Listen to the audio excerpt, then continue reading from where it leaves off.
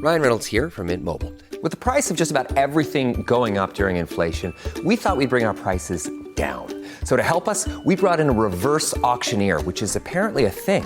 Mint Mobile Unlimited Premium Wireless. How to get 30, 30, bit to get 30, bit to get 20, 20, 20, bit to get 20, 20, bit to get 15, 15, 15, 15, just $15 a month? Sold! Give it a try at mintmobile.com/switch.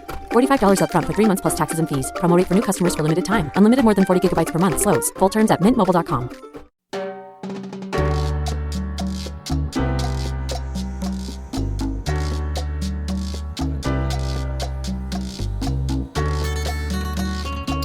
This is Find Your Dream Job, the podcast that helps you get hired, have the career you want, and make a difference in life. I'm your host, Mac Pritchard. I'm also the founder of Mac's List. It's a job board in the Pacific Northwest that helps you find a fulfilling career. Every Wednesday, I talk to a different expert about the tools you need to get the work you want. You'll want to make a good impression when you meet a hiring manager. But you might get nervous too, or think you need to behave like someone you're not. Courtney Ulwelling is here to talk about why you need to be yourself in a job interview. She's a principal talent acquisition specialist at Portland General Electric. Courtney has more than 25 years of experience in full-cycle recruiting, from sourcing and screening to negotiating and onboarding. And she joins us from Portland, Oregon. Well, let's jump into it, Courtney. Why wouldn't candidates behave like themselves in a job interview? Why does this happen?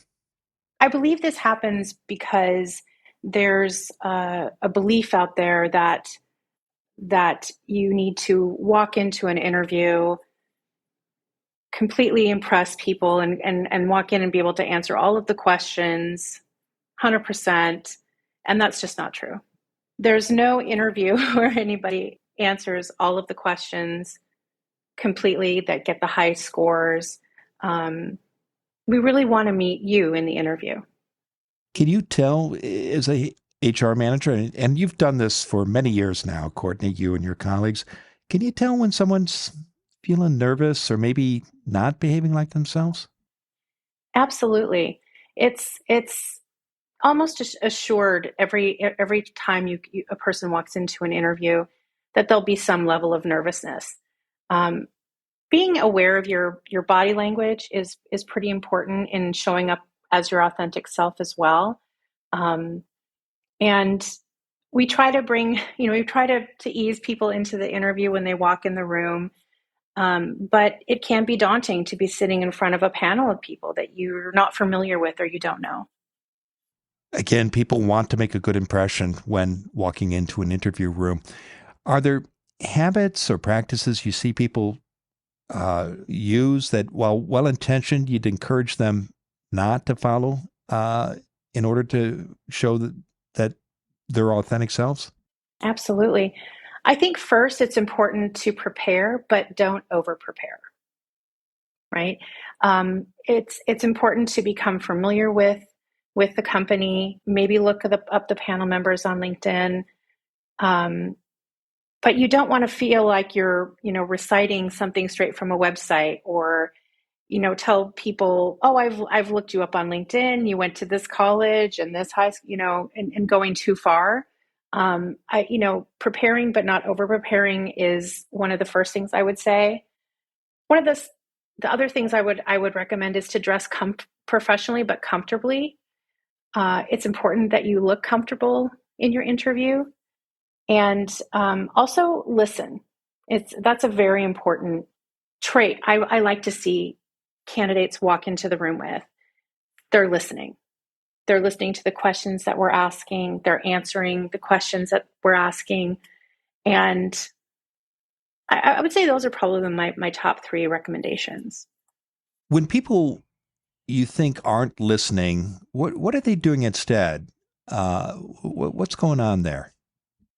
I'll give you an example of when somebody isn't listening. So whenever I open my initial interview with a candidate, the first thing I ask them is, how familiar are you with PGE? And they might start by saying, I'm a customer. I followed you for a long time. But then they might start immediately going into their professional background, their experience, why they think they're a fit. And I haven't gotten there yet with them. I really want to know, how familiar you are with us. What research have you done? I'm trying to listen to see that you've looked at the website. We're going to get to your professional skill set. Absolutely. Besides that connection to the company, in this instance as a customer, and sharing perhaps that you've looked at the website or done other research, what other answers are you looking for when you ask that question? What do you know about my company? Well, I think particularly with Portland General Electric, I'm listening for whether or not people are attuned to our mission.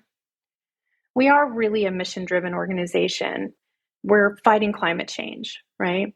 And one of the things I'm listening for is, have you done your research, and do you sort of align? Does that value align with your values? Another point that you touched on at the start of the conversation, Courtney, was that you don't expect candidates to know all the answers to all the questions.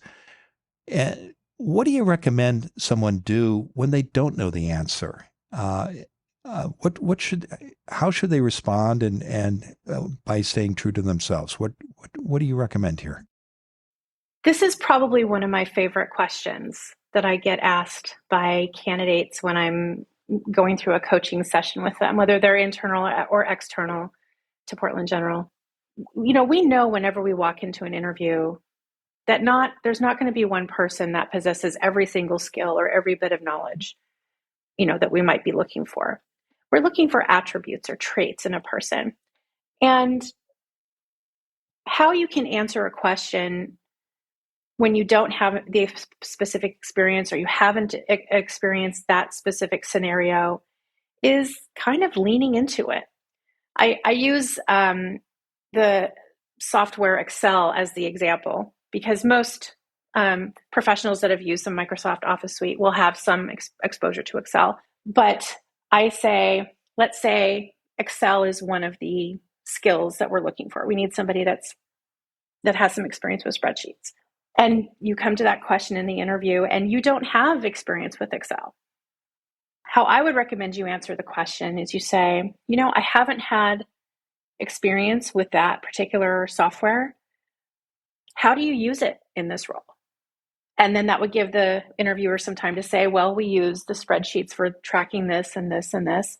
And then I might have a similar experience with another software that does a similar thing. And then I would say, I haven't used Excel for that, but I've used this other tool to do a very similar thing. I use it very efficiently. If I were to be selected for the position, what training might be available?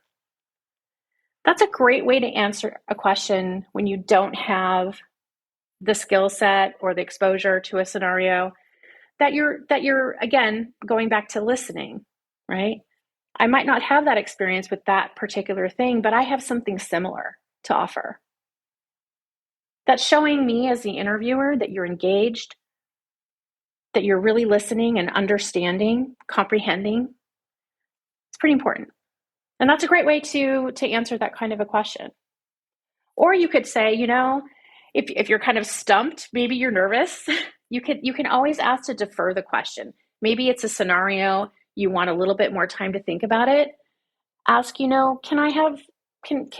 we table that question for a little while? I want to give that some more thought before I head straight into an answer. What do you as an employer think when somebody makes that request? Can I table the question? What's in your head? I think this person is thoughtful, that the interview means something to them because they really want to offer the best answer that they can. And you're not always going to get it, 5 seconds after a question's asked. You might need a little bit more time, and that's okay. I also like when people are really open about how they're, it's an indicator of how they're feeling. They're comfortable to say, I need a little bit more time here. So let me give that some more thought. It's almost like a soft boundary, if you will. And I think that's an attractive trait in an applicant. Terrific. We want to take a break, Courtney. When we come back, Courtney Ulwelling will continue to share her advice on why you need to be yourself in a job interview and how to do it. Stay with us.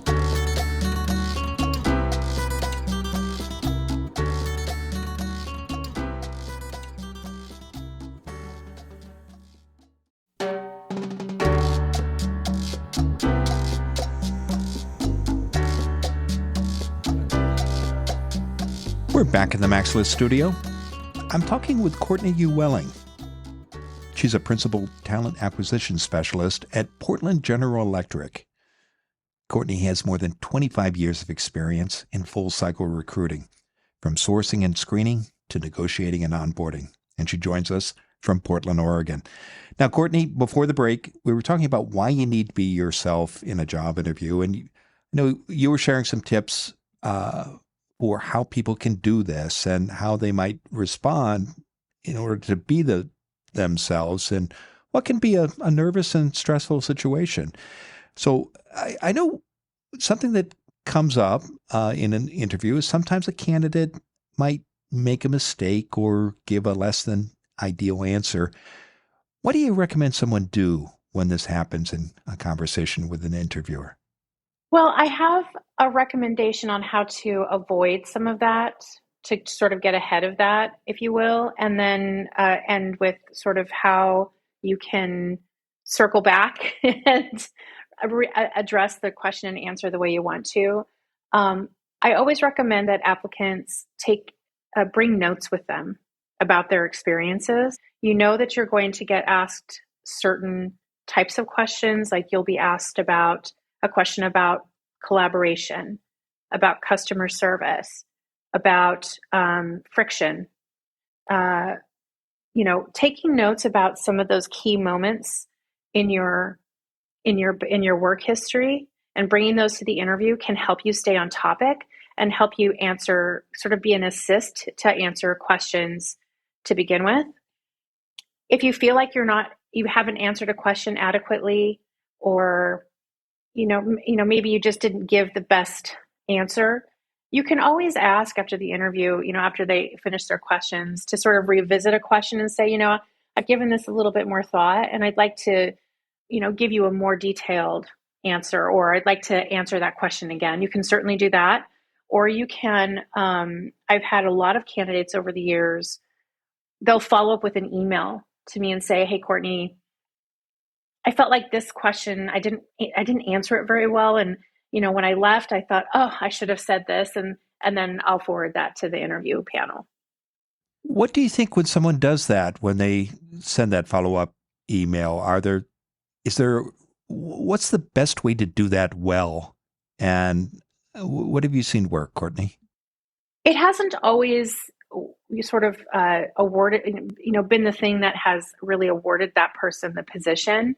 But it has shown, from my perspective, and I think the panel's perspectives in the past, that this person has a good EQ, and they can walk away and say, maybe I didn't really answer that to the best of my ability, and to come back and say, hey, I didn't exactly do this correctly, so I want to come back and say, hey, this is the full answer. So that, sort of that emotional intelligence piece of a person that really understands, you can make mistakes. It's okay. You mentioned a moment ago bringing notes to an interview to remind yourself of key points. What's the best way to use those notes? And I'm wondering if employers might be surprised to see someone take out notes. What have you seen work? I've seen many candidates bringing notes to interviews and referring to them. I think one of the biggest misconceptions about the actual panel interview, and maybe something that we've lost a little bit in terms of the sort of those nonverbal cues that you get when you're interviewing in person versus on video. But the interview isn't just for us to understand who you are and, how you might perform in a role, but it's also, you sort of interviewing us. It's okay to bring notes to an interview. It's okay to bring your resume to an interview, though we likely already have it. You can ask for the questions, the interview questions in advance, or sometimes in the interview, we'll give you a copy of those. Not all companies and not all circumstances do we give you questions in advance, but often we'll give people, a copy of the questions when they're in their interview room. Or if you're on video, you can ask us to type the question in the chat, or you can turn on the closed caption. People sometimes comprehend better if they're reading the question rather than just hearing it. So I really want to empower people to treat the interview as a discussion, right? As two parties are coming together to learn more about one another and what a professional position on this team might look like. Another tip you offer that candidates could use to help be themselves in an interview is to take a pause when answering questions. How does pausing help you be more like yourself and be more comfortable when you're in the interview room? A pause can be very valuable because you might be asked a question that you're not, the best example that you have might not immediately come to mind. So taking a few seconds to just sort of sit with the question, think about your experience, and then answer the question is a much better way to answer the question than just rushing to an answer. I have to say I'm guilty of this. This is my own kryptonite when I've interviewed in the past, wanting to answer right away. But if you answer right away and you don't take a moment to really think of the situation or scenario you want to share, you'll lose focus. You might start going off in a tangent and say, "I'm so sorry. Did I answer your question? Or can you repeat the question again?"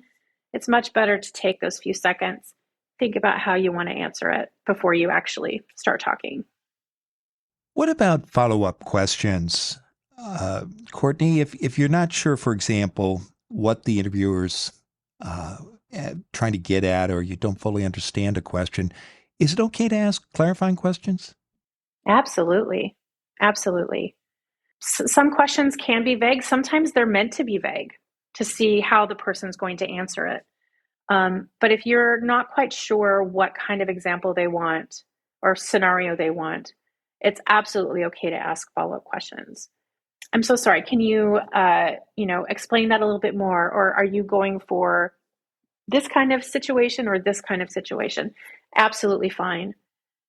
I'm intrigued by a suggestion you made a moment ago about asking for questions in advance. How common is this? And when you do get the questions in advance, how should you use them, and how will it help you be more like yourself in the interview room? Asking for questions in advance is somewhat of a new thing. I would say that not all companies have totally embraced that. Sometimes companies will give you like the behavioral competencies. Like, these are the areas that we're going to talk about, or you're going to have a technical interview that asks these kinds of questions. But if you're fortunate enough to be interviewing with a company that does give you interview questions in advance, it gives you that time to prepare. It gives you that time to think about, okay, what is my best example of that? And what's the best way to prepare those answers? Is this something you should write out and rehearse in advance? Should you bring notes in or an outline? What would you recommend? I would do two of those things for sure. I would bring your notes to the interview, and I'd also practice. Interviewing is, as recruiters, we're always asking ourselves, to be watchful of, is this person just great at interviewing, or does this person really possess the attributes we're looking for the position? And I would absolutely bring, again, prepare, but don't over prepare, right? So bring your notes, do a mock interview with your friends, your partner, whomever. And maybe if you're internal, maybe an HR business partner. I think practicing how you're going to answer questions is really important. Well, it's been a terrific conversation, Courtney. Now, tell us what's next for you. What's next for me? It's intern season here at PGE, Portland General Electric. So we are starting that effort now. I have a focus on early careers, so that's where I'm going to be probably for the next 2 or 3 months. And just in general, continue to enjoy recruiting for Portland General Electric. Terrific. Well, I know listeners can learn more about you and your work at Portland General Electric by connecting with you on LinkedIn. And when they do reach out to you, I hope they mention they heard you on Find Your Dream Job. Now, Courtney, given all the great advice you've shared today, what's the one thing you want a listener to remember about how to be yourself in a job interview? I really want people to remember that bringing their authentic self to an interview process is going to help you actually find your dream job. It's going to help the people you're interviewing with, know who you really are. You'll be showing up as your authentic self. So as your interactions with the company, you'll start being able to discern whether or not this is a group of people you want to work with or an organization you want to work with. But being your authentic self in an interview through some of the things that we talked about today, you really can find your dream job. That's how I found mine.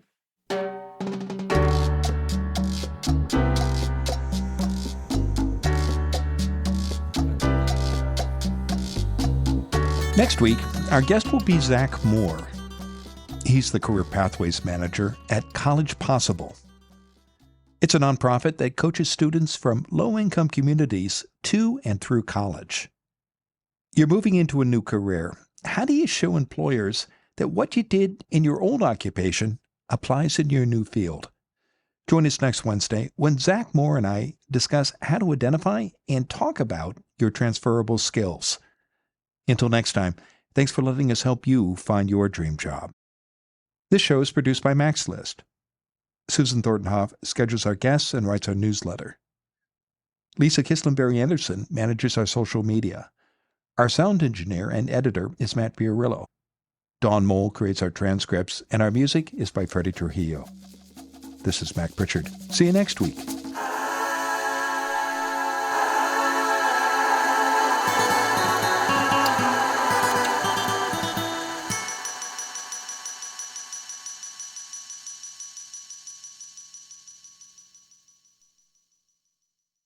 Have you ever been asked this in a job interview?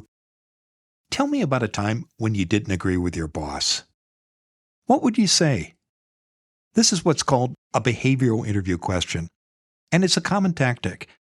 Employers use this kind of question to explore your fit for a job based on your past experience. It can be an easy question to answer if you have the right strategy.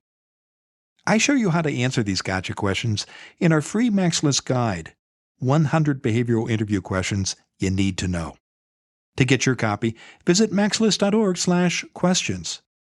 You'll also learn 4 simple steps for answering any behavioral interview question. Again, that's maxlist.org/questions. You can count on getting these questions in your next interview. Why not get the answers before you walk into the interview room? Go to maxlist.org/questions.